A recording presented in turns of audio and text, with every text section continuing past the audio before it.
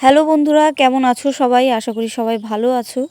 এই দেখো হাতে বালতি নিয়ে বেরিয়ে পড়েছি, আর কোথায় যাচ্ছি সেটা তোমাদের পরে বলছি। তার আগে এসেছিলাম একটু বগুলায় বার্থডে কেক নিতে, আর আজকে দিদির ছোট ছেলের জন্মদিন, তাই একটা কেক অর্ডার দেওয়া হয়েছিল, তাই কেক নিতে এসেছিলাম। যাই হোক, সব কিছু নিয়ে নিয়েছি, আর ভাইনা থেকে দিদি বলেছিল দই আর মিষ্টি নিয়ে যেতে, তার জন্য আর কি বালতিটা নিয়ে যাচ্ছিলাম। বালতিতে ভরে আর কি মিষ্টি আনা হবে। তারপর দিদিকে ফোন করলাম, মা আর এই যে দিদির ছেলে মেয়ে আগাতে আসছিল আমাকে।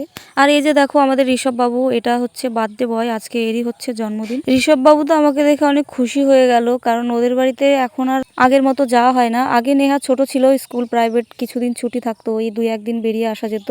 এখন আর সেই সুযোগটাও হয় না। আর দিদি ভাগ্নে এদের সাথে প্রায় দিন দেখা হয়ে যায়, ওর জন্য আর যাওয়ার টানটা খুব একটা থাকে না। যাই হোক, দিদির বাড়িতে আমি একটা বছর পর এলাম, আর ঘরের সামনে থেকে শুরু করে ঘরের ভিতরটা আমার বড়দির বড় ছেলে সাজিয়েছে। আর এই যে হচ্ছে ঋষভ বাবু আমার পাশে বসে বসে গল্প করছিল, আর ওর ছোটবেলার কিছু ছবি ছিল সেইগুলোই দেখাচ্ছিলাম। আর বড়দির ছোট ছেলেটা হলো একটু ওই ঠাকুর ভক্ত মতো, তাই হচ্ছে বৈদিক মতে একটু ওই জন্মদিনের আয়োজন করেছিল ঘরোয়াভাবে। যাই হোক, বাচ্চারা তো খুব আনন্দ করছিল, আর বড়রা হচ্ছে একটু গান শুনছিল। আর এখানে হচ্ছে আমার দিদির ছোট ছেলেকে ভালো করে একটু তিলক দিয়ে সাজিয়ে দিচ্ছে, কারণ এখন হচ্ছে প্রভুরা সবাই মিলে ওকে আরতি করবে। আর এই যে দেখো বসে আছে বোকার মতো। আর পাশের ঘরে চলছিল আরতি, আর অনেক রকম ভোগ দিয়েছিল। এই দেখো, এটা হচ্ছে আমার দিদির ঘরের হচ্ছে সিংহাসন, আর এখানে খুব সুন্দর করে সাজিয়েছে, অনেক রকম ভোগ দেওয়া হয়েছিল। আর এবার দেখো প্রভুজিরা সবাই মিলে ওকে হচ্ছে আশীর্বাদ করছে, একটু পায়েস খাওয়াচ্ছে।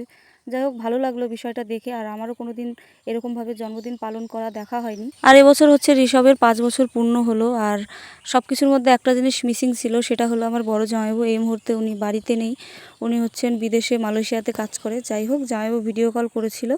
আর সব কিছুর মধ্যে এই যে একটা কেক আমি অর্ডার দিয়েছিলাম, আর সেই কেকটাই এখন ওপেন করছি। আর কেক তো আমি সবসময় মালবিকাদির কাছ থেকে অর্ডার করি, তোমরা তো সবাই জানোই। নতুন করে বলার মতো কিছু নেই, মালবিকাদির কেকগুলো খুবই টেস্টি হয় খেতে। আমি জানি না মালবিকাদি কেকের মধ্যে কি জাদু ভরে দেয়, আমার অন্য দোকানের কেক ভালোই লাগে না। যে কটা কেক আমি নিয়েছি সব কটাই সুন্দর খেয়েছি।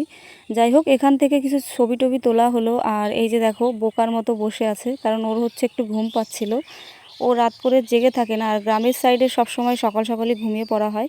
ওই 8টা-9টা বাজলে আমাদের এখানে অনেক রাত। যাই হোক, কেক কাটিং তো হলো, আর খাবারের মধ্যে ছিল নিরামিষ খাবার। এই যে লুচি করেছিল, ঘুগনি করেছিল, পনিরের তরকারি করেছিল, আর দই মিষ্টি ছিল।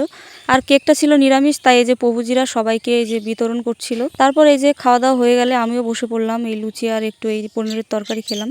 তারপরে এই যে ঘুমাতে ঘুমাতে আমাদের রাত 11:30 বেজে গেছিল, আর মেজদির মেয়েটা ঘুমিয়ে পড়েছে, আর নেহা আর রকি হচ্ছে কি জ্বালাতন করছে দেখো, দিদির মেয়েটাকে ঘুমাতেই দিচ্ছিল না, বেচারি কান্না করে দিয়েছে। যাই হোক, ভিডিওটা কেমন লাগলো সকলে জানিও, আর দিদির ছেলেটাকে একটু আশীর্বাদ করো। ভালো থেকো সবাই, দেখা হচ্ছে পরের ব্লগে, টাটা।